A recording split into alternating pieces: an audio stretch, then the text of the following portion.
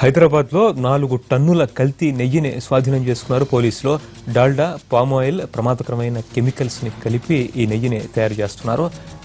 దీనికి సంబంధించి మూసారాంబాగ్ శాలివాహన్ నగర్ నుంచి మా ప్రతినిధి వెంకటరెడ్డి మరిన్ని వివరాలు అందిస్తారు.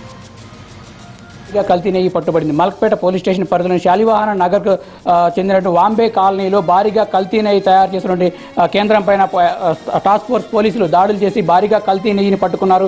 ఈ కల్తీ నెయ్యికి సంబంధించి అంటే ఎంత పట్టుకున్నారు, దీనికి సంబంధించి టాస్క్ ఫోర్స్ అడిషనల్ డీసీపీ కోటెడ్ గారు ఉన్నారు, ఆయనకు తెలుసుకుందాం. సార్, ఎంత నెయ్యి పట్టుకున్నారు? ఈరోజు మాకు వచ్చిన ఇన్ఫర్మేషన్ మీద సౌత్ జోన్ టాస్క్ ఫోర్స్ మరియు మల్క్పేట లాండ్ ఆర్డర్ పోలీస్ జాయింట్గా రైడ్ చేయడం జరిగింది. చేసినప్పుడు ఇక్కడ శివ ఈశ్వరన్ అని చెప్పేసి తమిళనాడు నుంచి వచ్చేసి ఇక్కడ సెటిల్ అయ్యి ఈ కల్తీ నెయ్యి వ్యాపారం చేస్తున్నట్టుగా తెలవడంతో ఈరోజు రైడ్ చేయడం జరిగింది.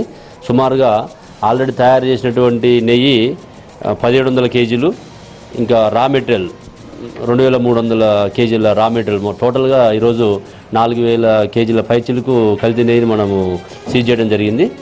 వీటిని అన్నిటి కూడా సీజ్ చేసి ల్యాబ్కు పంపించి తర్వాత ఫుడ్ కంట్రోల్ అథారిటీకి కూడా ఇన్ఫర్మేషన్ ఇచ్చేసి ఫర్దర్గా ఈ మెటీరియల్ ఎక్కడి నుంచి వస్తున్నది, ఎక్కడికి సప్లై అవుతుంది అనే దాని మీద ఫర్దర్ ఎంక్వైరీ చేయాల్సినటువంటి అవసరం ఉంది. దీనికి హెల్త్ డిపార్ట్మెంట్ ఏమైనా పర్మిషన్ తీసుకున్నారా? దీన్ని ఎలా తయారు చేస్తారు?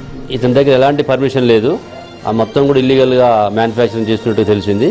డిఫరెంట్ ప్లేసుల నుంచి chemicals, cream, palm oil, sunflower oil, Dalda ఇవన్నీ కూడా డిఫరెంట్ ప్లేస్ నుంచి ప్రొక్యూర్ చేసుకొని ఆ తక్కువ రేట్లలో ఖరీదు చేసుకొని ఎక్కువ రేట్లకి అమ్ముతూ ఇల్లీగల్ గెయిన్ చేస్తుందని చెప్పేసి ఇన్ఫర్మేషన్ మీద ఈరోజు రైడ్ చేయడం జరిగింది.